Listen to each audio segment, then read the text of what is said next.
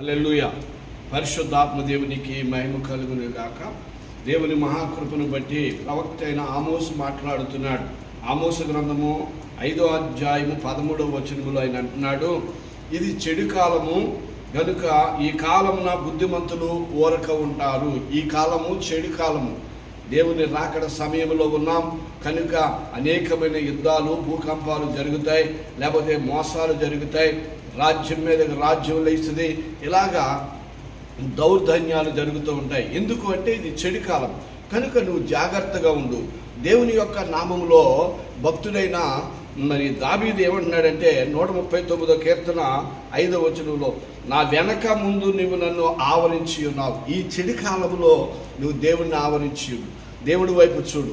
దేవుడు నీకు తోడుగా ఉంటాడు. ఆయన కుడి హస్తం నీ మీద ఉంటుంది. నీకు విజయం కలుగుతుంది. దేవుడు నీ కుటుంబాన్ని దీవించి కాచి కాపాడునుగాక. ఆమేన్.